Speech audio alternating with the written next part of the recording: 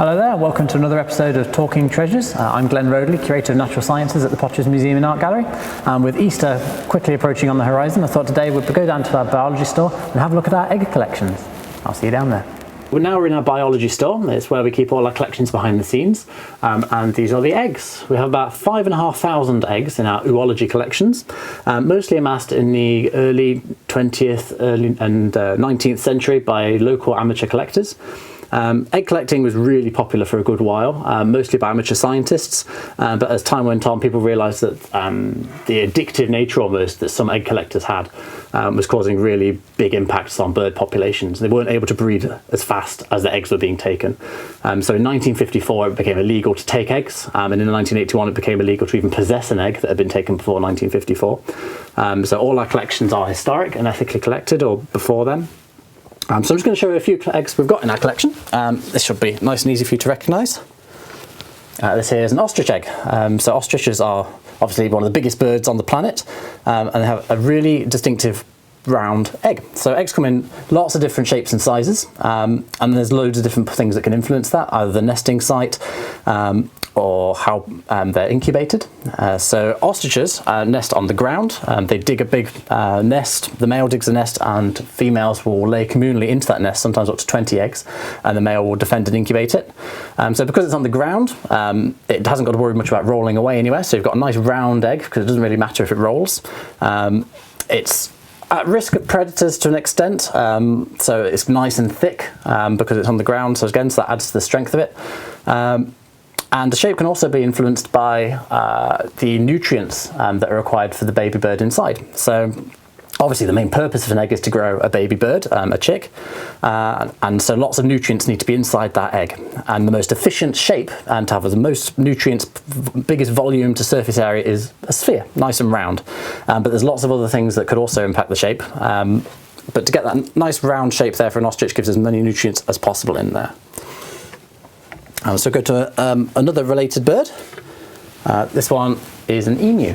So these are from Australia, and you can see it's a much darker colour. They're actually pea green when they're first laid, and that's because the nest of an emu is not often lined with grass. So that green adds to the camouflage. It's a longer shape than an ostrich egg, and that might be to help conserve heat. A perfect sphere is not very good if you're trying to pack lots of eggs closely together and minimise heat loss. So if you've got them nice and long, they can pack together nicer and conserve heat. Okay, so I can't really talk about eggs without mentioning the guillemot. So guillemots are seabirds. This is a guillemot egg. See, in contrast to the very round ostrich, they're well known for their incredibly conical shapes. And it's been thought for many, many years that this shape had one purpose, that it was to stop the eggs from rolling off a cliff. And while that certainly might be part of the reason and evolved this shape, there's another secret to this shape. The more conical it is, the stronger the egg is in that direction. And guillemot colonies are very busy. So recent research at Sheffield University has actually shown that this egg shape may be to protect the eggs from being squashed when a particularly rambunctious neighbour smashes into you and possibly destroys your whole clutch. And that egg protects against that. You'll see the patterns are very variable as well. So this is also a guillemot egg, but a completely different colour. And the squiggles on there are unique. The colour of eggs, including these patterns, are created when the egg is passing through the oviduct of the adult bird. The red blood cells are broken down and the haemoglobin is used to apply these patterns. And that costs energy, so it's never done without a good reason. That's why those ostrich eggs were bright white, didn't need colour, and it's got an angry 6-foot male defending it, so it doesn't need camouflage so much. But this is at risk from predators, and so these speckled patterns just make it that bit harder to see on the busy cliffs of Bempton in North Yorkshire, which is where these birds are often found. So some of the most important eggs we have in our collection are these three clutches here.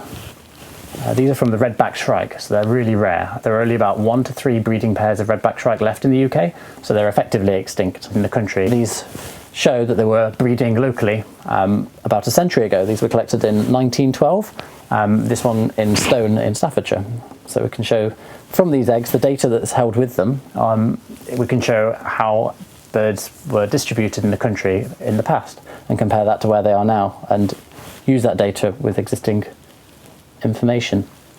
And we can possibly track what's caused those declines And so these egg collections can be really useful for research as well as historical interest.